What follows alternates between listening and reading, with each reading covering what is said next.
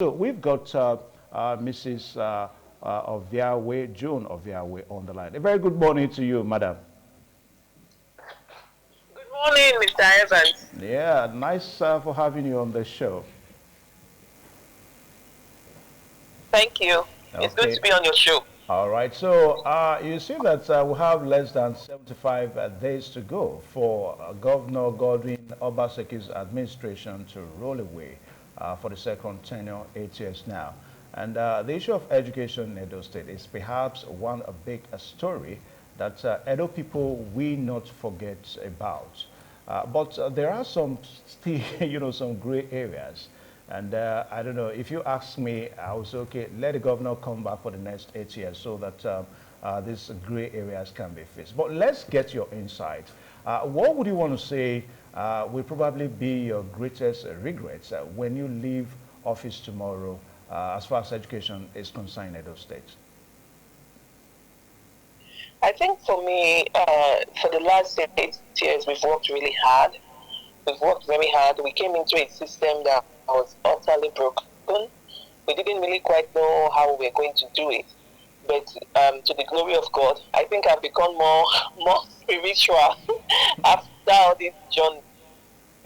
But to the glory of God and all the wonderful people that um, have been dedicated to the vision of Governor Baseki, we've been able to make tremendous progress. I think for me, are we where we need to be? No.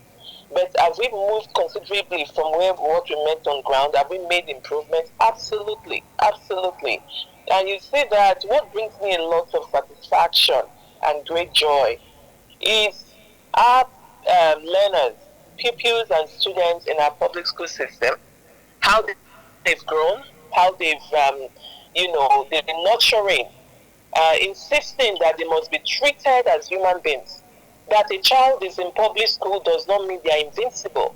That a child has the unfortunate, what do you call it, unfortunate condition to be a house help does not mean that they are nobody. And so, some of the steps we've taken, some of the policies that we've put in place have sought to give these children hope. So irrespective of their home condition, irrespective of the socioeconomic status of their parents, once they step into the school, they are very important. And we treated them that way because in education, there's what is called the known and the hidden or unknown curriculum. So the unknown curriculum is how you treat these children at school, the vibes you are giving them. So if they are made to feel like they don't count, then they will act that way. And that was why before I do best, juvenile delinquency was very high. Because our schools, for a long time, over decades, had instituted regimes of violence. If a child comes to school, you flog them. You don't ask how they are doing, you don't know what is going on with them. So we've put a stop to all of that nonsense. But beyond that, we have also made serious effort to entrenching learning outcomes. And that was why last year, April, Governor Obaseki launched the Edo State Learning Agenda. And we've told our teachers, government is going to pay you salary. Government is going to strive to make sure that your emoluments are decent, that your take-home pay will take you home, that your salary is beyond living wage. But you must also do your own work. You must also meet minimum benchmarks of performance. So it's no longer okay in our public school if a child is in primary one and cannot read. Not okay. So those are the things we've done. So our own journey of reform has encompassed both the tangible and the intangible. And for me, I am beyond proud of the work we've done. I didn't know what I was getting in myself into, to be honest. If I knew then what I know now, I definitely would not have accepted the job. It's crazy. Education is a tough terrain. Till now, we are still battling. Do you understand? Yeah, so, I do. Just as there are good people across the board, we also have very, very bad people who have been benefiting from the broken education system for the culture of anyhowness, and from the monetization of education. So when you are asking such people, let us do the right thing for the children, they don't hear you. So it's been an amazing journey, and for me, I am looking forward to the end of it. We've done our bit. What is left now is that what we've started needs to be sustained and improved upon. And that is not just going to be government's responsibility alone. Okay. So the public, the parents in particular, have to make sure that quality education remains a right for their children. It's not a privilege. Okay. So we're very fortunate to have a governor who understands and values quality education. Okay. Now, I know people want to know this morning, what has been your relationship with other quasi agencies when it comes to education in Edo State? Take for example, the SUBEB. There are allegations that perhaps the Minister of Education, allegations now that the Minister of Education has probably not enjoyed a robust working relationship with SUBEB. I mean, take for example, the allegations coming as it relates to the last basic certificate examination, whereby a certain exam, civics to be directed of now, was postponed, was shifted to, I think the children have still not written that exam now. So we want to know, Edopo want to know, what has been your relationship with all these other agencies for the past period that you've served in education in Edo State? Well, statutorily, the Ministry of Education is the mothership of all the parastatals under education. So, in that regard, it to be quite ridiculous.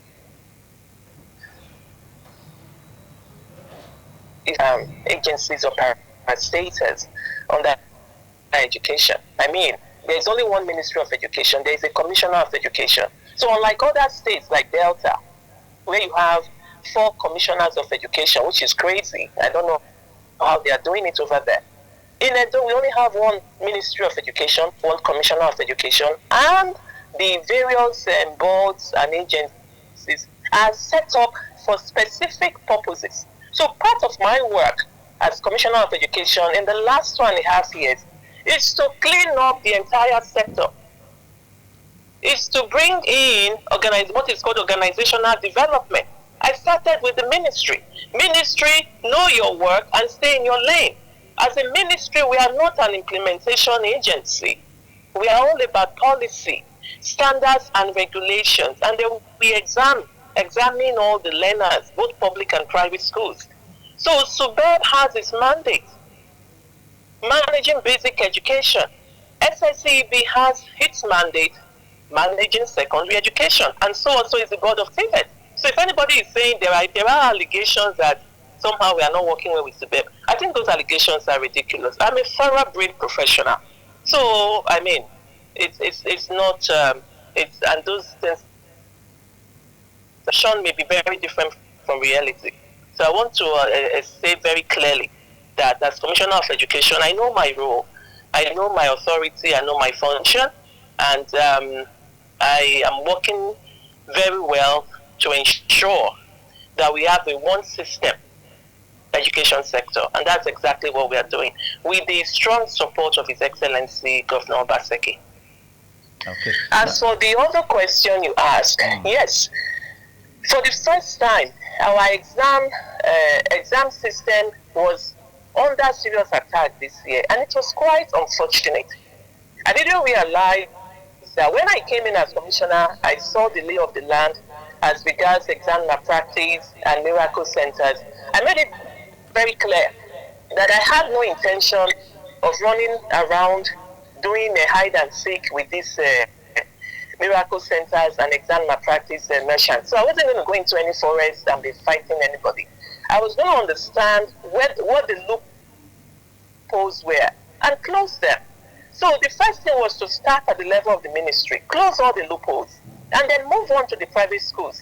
When we are now having serious challenges from within our own system, internal sabotage, we created another agency.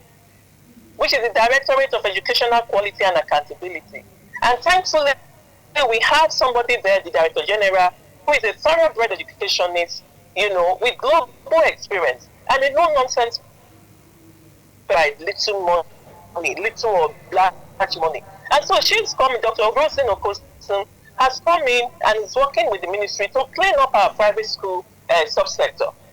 So apparently all this work that we've been doing now to make sure that our exams count, there's nothing more heartbreaking to see a primary 6 exam going on and some people, whether private school or some of our recalcitrant public school teachers, hating and abetting such practices of shortcutting. If a child cannot write primary 6 exam on their own, they cannot write GSS 3 on their own, they do not write WAEC on their own, and then they go through university without doing the work on their own, how are they going to learn? So this bunch of miscreants and criminals, I have zero tolerance for them. So unfortunately, they are still in our system.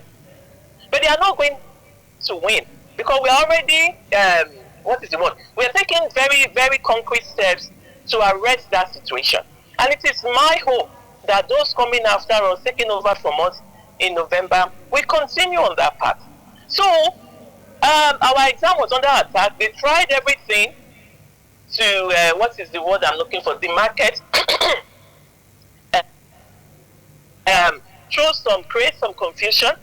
Even before we wrote the, even before we wrote the exam commenced, the BESEL exam, there was already news flying about that the exam question leaked, and that the Ministry of, excuse me, please. Yeah. That Ministry of Education leaked the questions so that public school teachers would be able to teach the students, which is a very stupid and useless allegation. You understand? We apologize for that word stupid, madam. I mean the word stupid. All right. Hello? Yeah, I said we apologize for the word stupid. You may use a softer word now. Hello? Yeah, hello. Oh, I'm so sorry. Please pardon me. Yeah. I apologize to your viewers. I'm so sorry. Okay. So that's a very unfortunate and infantile allegation. And so when that didn't take hold, the next thing was for them to find a way to lay their hands on any of our questions and leak them. Unfortunately for us, it was the final paper, which was the Cultural and Creative Arts. Yeah. And which was the exam for the last day. So they were able to get it. And to be honest with you, given the level of attack on our education exam system this year, I actually, as commissioner, feel very fortunate that the damage, it wasn't even worse than that. Why do I say this? We have over 3,000 people at any given time that are involved in the education examination process. Pardon me. You understand? From the setting the exam questions, from printing, from quilting, from sending the question paper to the different custodial points, and so on and so forth. So anyways, that happened. It's very unfortunate. It's unacceptable. We have no excuse for it. So what we are doing internally is reviewing our systems to figure out where the loopholes are, the remaining loopholes are, so that going forward such a thing will not happen. Okay. Moving over to an automated system is also going to help us greatly, because now everything is going to be recorded and scanned with a QR code. So if there's a leakage, we'll be able to know how, where. You understand? As opposed to the system we inherited that was almost like a jungle. We didn't really know what was going on. So back to the CCA. CCA has a theoretical aspect and a continuous assessment aspect and a practical, because it's cultural and creative arts. So these kids are supposed to engage in practical demonstration of these skills, which will take place at their individual schools. So because we also had the primary 6 exam coming up, We just needed to focus on primary six and make sure that there was not going to be any logistical issues there, and that our exam paper would also not leak. So now that we are done with primary six, by tomorrow by Friday this week at the latest, we'll be able to make an announcement of how the issue of the leaked CCA papers. Yeah, you see, the reason why I'm asking Exam, this question, yeah, madam, the reason why I'm asking, I'm a parent, so I'm concerned. Now, for an examination that is supposed to be an expression of knowledge, you're saying that a practical approach is going to be used. Can that be enough? I mean, to access the depth of knowledge of these children in that direction. One would have thought that, okay, it should be written instead of using a practical. Let me clarify. You are not getting me. You didn't get me right. Yeah. What I was trying to say is that every paper, every subject has essentially three components, which are factored into the final grade, the final scores that the student will get. Yeah. So in the case of cultural and creative, so there is what we call continuous assessment. So continuous assessment are the scores that the students, the aggregate scores that the students would have gotten from GSS 1 or up to GSS 3. So that is factored into their final scores. Then the other bit is the practical aspect of it. It's done at school level. And so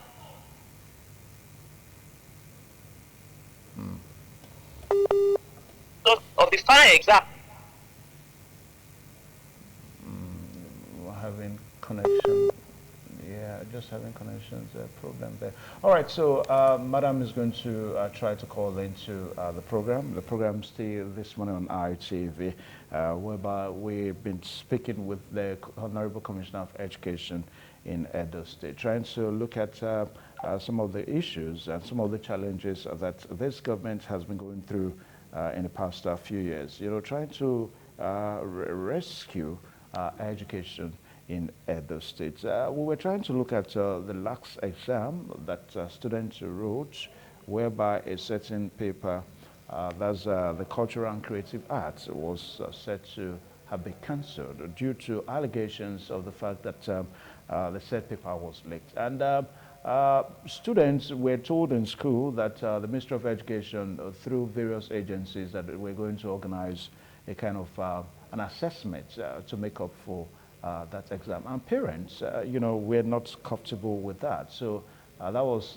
where we were trying to look at as we were looking at the issue. So hopefully, we just hope that Madam will be able to call into the program one more time so that we can also look at the issues surrounding trying to carry the private schools along. I mean, recently, the CEPLAT examination competition was held in Edo State, of which a public school, Imagwero College to be precise, came out tops. Little wonder, most parents are asking, because there's no doubt by analysis going around that the new methodology of teaching in Edo State is really paying off. But it appears that the private schools are not being carried along. So we wanted to know from Madam, what efforts are being put in place to make sure that the private schools are being carried along in this new methodology of education in Edo State. I mean, for a public school to have won the CEPLAT competition, what about the private school? What efforts? Okay, we have Madam back now. All right, so we're just trying to reconnect back to Madam so that she can, talk more on the issue this morning. Yeah, don't forget the program is still this morning on ITV, Independent Television. Yes, looking at education in Edo State, combating the challenges.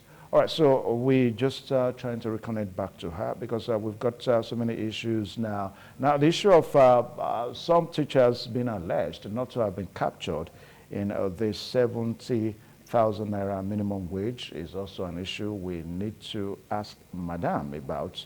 What are the plans? Because we've got less than 75 days to go for this administration to wind up. So a lot of teachers want to know what efforts is government making to ensure that, all right, so All right. So, Madam, as we conclude now, let's look at the issue of the 70,000 naira minimum wage that teachers are alleged not to be captured, the good gesture by the state government. So let's quickly talk about that. Yes. So Governor Obaseki made a pronouncement that the minimum wage is going to be 70,000, and I want to say that it didn't just wake up and make that pronouncement.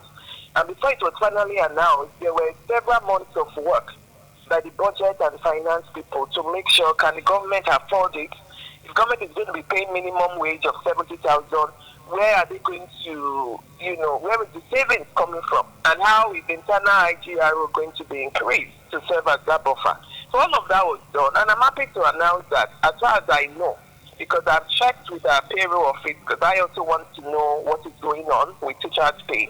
And they told me that all the teachers have been onboarded onto the 70,000 minimum wage. And let me clarify to those who may not be familiar with the wage system of government. So when they say minimum teacher salary minimum wage, it doesn't mean there are any 70,000 minimum wage. It simply means that their base salary is not going to be calculated off of 70,000. So before it was 40, now it's 70. So obviously the jump is quite an impressive one, the significant one. Okay. And so our teachers are very happy. They are making more money. Okay. And this is not this is not the first time. When Governor Obaseki came into office in 2016, it's worth noting that the minimum wage there was 18,000. 18. So from 18,000 now we are 70,000. So that's a marked difference, a significant progression from 18 to 70. All right, so you have 30 seconds now. Now, recently, Imagwero College came out tops, and they just concluded a separate, competition for school children, 2024 edition. Now, it appears the state government is developing the public schools at the expense of the private schools. Those are the beliefs in some quarters.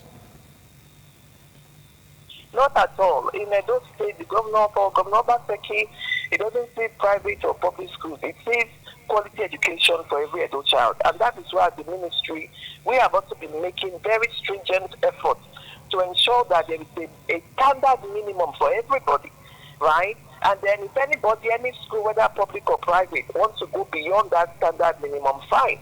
Even our own standard minimum, we are aiming to position ourselves above the standard minimum, the national minimum of the federal government of Nigeria. So we are not, like I said to my school proprietors, the public schools are not in competition with private schools at all. We don't have enough classrooms. So if parents start moving their children from private schools, where will they go? So what we are concerned about with private schools is to ensure that all private schools are registered, they are licensed, and they are following the rules. And they are teaching well, and they have qualified teachers. So, of course, we needed to start the reform with public schools. You as a police, the ministry as a police, for example, cannot start arresting other people for the same offenses that they are making. So we needed to start cleaning up our own mess before we now turned our attention to private schools. So I want to assure everyone out there, particularly parents with children in private schools, we are just as rigorous as we are with public schools to make sure that there are standards and there is no shortcutting.